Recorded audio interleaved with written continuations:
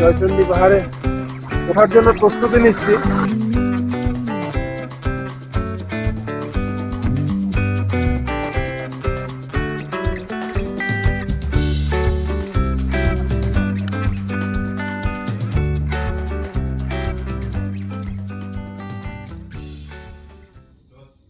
চৌঠা মার্চ ভোর 3:30 যাত্রা শুরু করলাম জয়চণ্ডী পাহাড়ের উদ্দেশ্যে।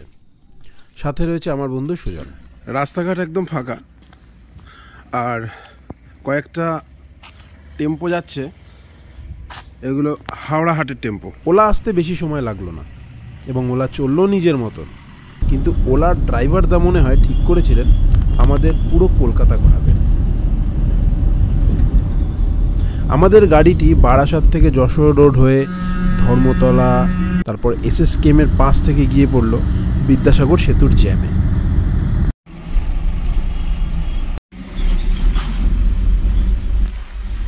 যাই হোক, অবশেষে গিয়ে পৌঁছালাম সাঁতরাগাছি স্টেশনে। চারিদিকে কুয়াশা আর বেশ ঠান্ডার মধ্যে আলো ঝলমলে সাঁতরাগাছি স্টেশন বেশ ভালোই লাগছিল। এটা হচ্ছে আমাদের কোচ D1, যেখানে 28 আর 29 নম্বর সিট আমার আর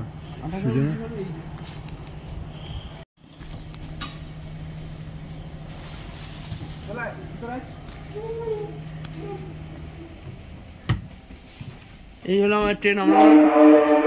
আমরা উল্টো মুখে আমরাই হলো এই রূপসী বাংলা জেনারেল ডিব্বার এই কম্পার্টমেন্টের মধ্যে প্রথম প্যাসেঞ্জার, নাকি আরেকজন উঠে আছে।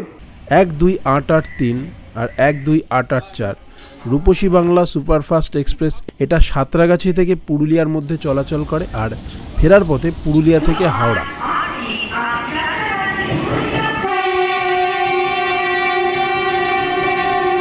আমাদের ট্রেন যাত্রা শুরু করলো কুয়াশার মধ্যে দিয়ে। যেদিকেই তাকালাম সেদিকে শুধু কুয়াশা আর কুয়াশা।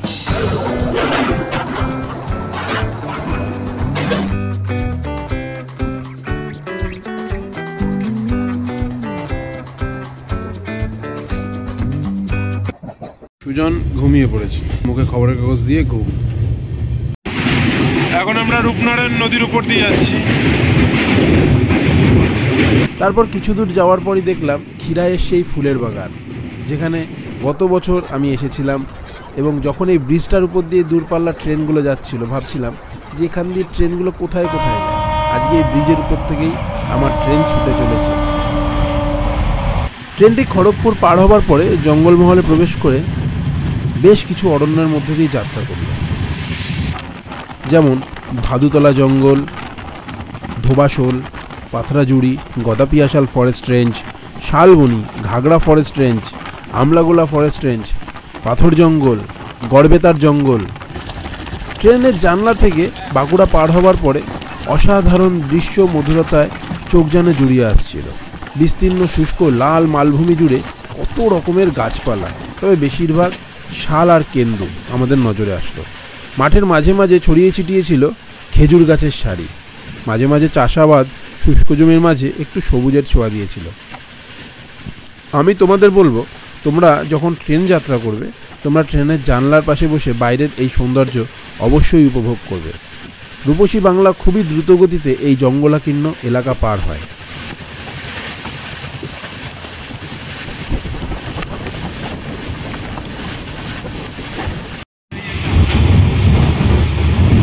জনমানবে থাকা না থাকার মতো।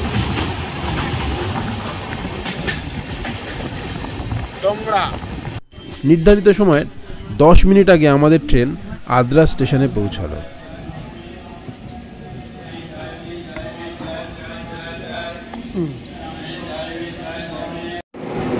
আদ্রা স্টেশনে নেমেই আমরা খাচ্ছি ইডলি আর পুরি, বড়া বড়া যেটাকে বলে। হয়তো এর স্বাদ অনেকের কাছে অনেক ভালো লাগতে পারে, কিন্তু আমার মোটেও ভালো লাগছে না। আদ্রা স্টেশন থেকে জয়চণ্ডী পাহাড়ের উদ্দেশ্যে 100 টাকা ভাড়ায় একটা টোটো করে আমরা যাত্রা করলাম।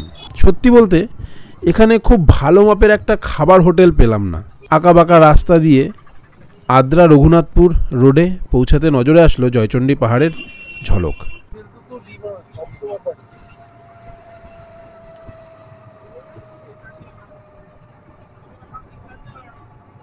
এখানে পৌঁছাতেই বুঝলাম শীত বিদায় নিয়ে চরম গরমের দিন আসতে চলেছে। জয়চণ্ডী পাহাড়ের সামনে বেশ ভিড়ভাট্টা নজরে পড়ল। ভাবলাম আজ হয়তো ট্যুরিস্টের খুব চাপ, কারণ আজ রবিবার। কিন্তু পরে জানতে পারলাম পাহাড় চূড়ায় অবস্থিত চণ্ডীমাতা মন্দিরের আজ প্রতিষ্ঠা দিবস। আর সেই প্রতিষ্ঠা দিবসের পুজো উপলক্ষে এলাকার বেশিরভাগ নারী আজ এখানে পূজা দিতে এসেছে। এই মন্দির নির্মাণ হয়েছিল 11 শতাব্দীতে। এই জয়চণ্ডী পাহাড়ে 1857 সালে সিপাহী বিদ্রোহের সময় প্রচুর সিপাহী পাহাড়ে লুকিয়েছিল। এছাড়াও স্বাধীনতা সংগ্রামীদের জন্য এই পাহাড় ছিল গোপন আস্থানা। আর জয়চণ্ডী পাহাড়ে ওঠার জন্য প্রস্তুতি নিচ্ছি। সত্যজিৎ রায় নির্মিত হীরক রাজার দেশে সিনেমার আউটডোরের অধিকাংশ শুটিং এই পাহাড়েই হয়েছিল।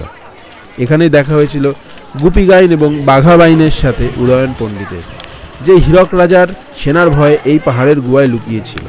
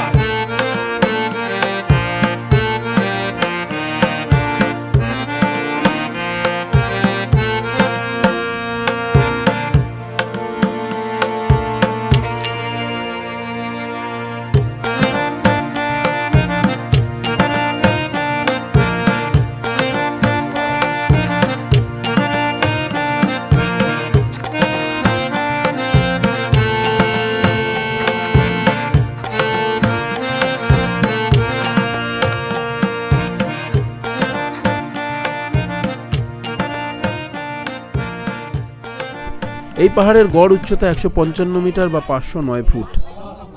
এটি একটি নাগপুর মালভূমির সবচেয়ে নিচু ধাপে অবস্থিত পাহাড়। পাহাড় চূড়ায় চণ্ডীমাতার মন্দির এখানে মূল আকর্ষণ। এখানে উঠতে 520টা সিঁড়ি অতিক্রম করতে হয়। এই স্থানে আসার জন্য যোগ্য সময় শীতকাল। রেনু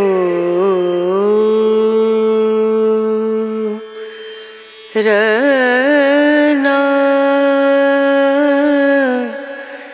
রেনা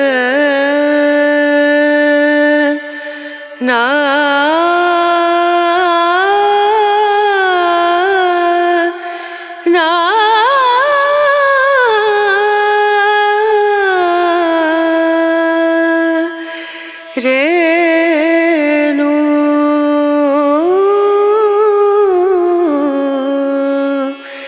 রেনু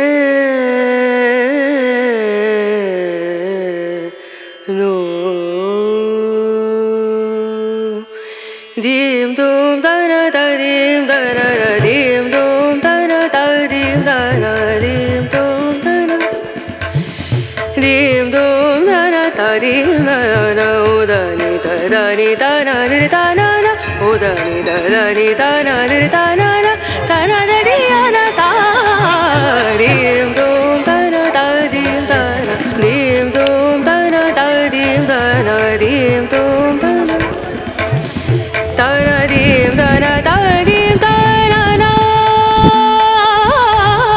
da na dim da na da dim da na da na da di na da na da na dim da na da dim da na na da na da di na da na da dim da na na da na da di na da na dim dum da na da dim da na dim dum da na যে যান নিজেদের কাজে ব্যস্ত। চড়া রোদের সাথে ঠান্ডা হওয়া বেশ ভালোই লাগছে। এখানে দাঁড়িয়ে দূর দিগন্ত দেখতে পাওয়া যায় বাড়িঘর, গাড়ি, সব কিছু ক্ষুদ্র ক্ষুদ্র দেখায়। এবং দূর থেকে শব্দ করতে করতে ট্রেন ছুটেছিল, হু হু করে হাওয়া বয়ে চলেছিল। হাওয়ার সাথে ঘণ্টার ধ্বনির শব্দ সব কিছু মিলেমিশে এই পাহাড়টাকে একটা অন্য রূপ দান করছিল।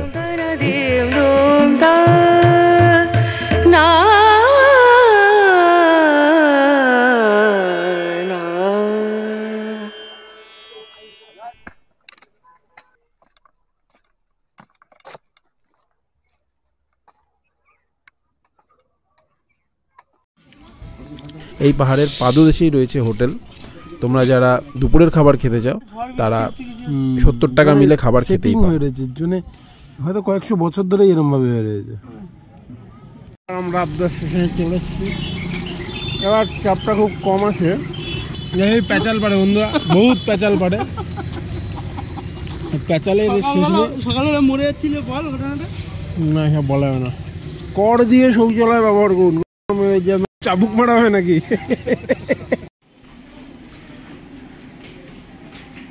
ট্রেনের অ্যানাউন্সমেন্ট হয়ে গেছে। কালকে রাত্রিবেলা 3টের থেকে জেগে আছে। শুনতে পাচ্ছেন? পুরুলিয়া হাওড়া রূপসী বাংলা সুপারফাস্ট এক্সপ্রেস 4 নম্বর প্ল্যাটফর্মে কিছুক্ষণের মধ্যে আসবে।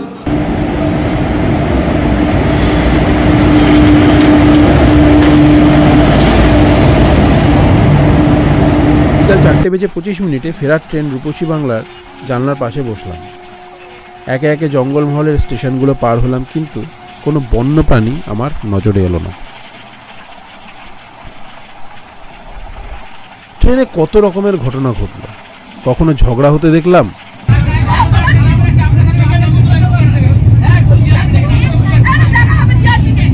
আবার কখনো ম্যাজিক দেখলাম ট্রেনের মধ্যে।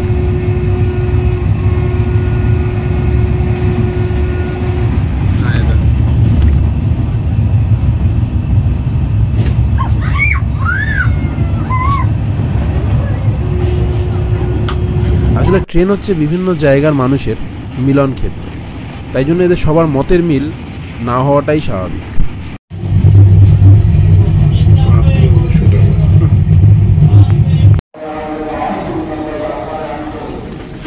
ট্যুরটা কেমন ছিল সুজান? দারুণ দারুণ। আসছে সপ্তাহে সাঁতরাগাছি পৌঁছে বারাসাতের বাস পেলাম, তবে একটু দেরি হলো। তারপর রাত্রি 12টায় এসে পৌঁছালাম। হ্যাঁ বেশ লাগে, আমাকে বিপর্যস্ত লাগবে। পুরো বিপর্যস্ত। এর বলতে আমি রোদে ছিলাম অনেকক্ষণ রোদে ছিলাম তো। ডাবের জল খাওয়া। শশা খেলাম তো।